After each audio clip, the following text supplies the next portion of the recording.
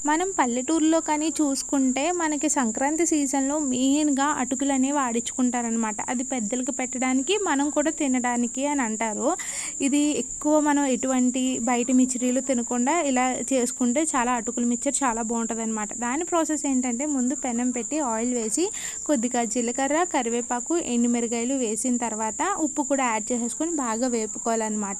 So, మనం ఆడించుకున్న అటుకులు ఉంటాయి కదా! అవి కూడా వేసుకొని బాగా చిన్న సెగ మీద దోరగా వేగించుకోవాలనమాట. ఎంత దోరగా వేగించుకుంటే అంత బావుంటాయనమాట.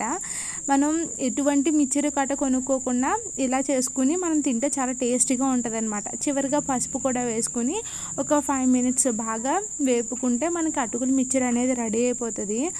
ఇలా తయారు చేసుకొని మనం ఒక ఎయిర్ టైట్ కంటైనర్‌లో పెట్టుకొని స్టోర్ చేసుకుంటే ఒక 2 మంత్స్ పాటైనా నిలవ ఉంటది ఖచ్చితంగా. చాలా క్రిస్పీగా ఉంటది. ఎప్పుడు ట్రై చేయకపోతే ట్రై చేసేయండి.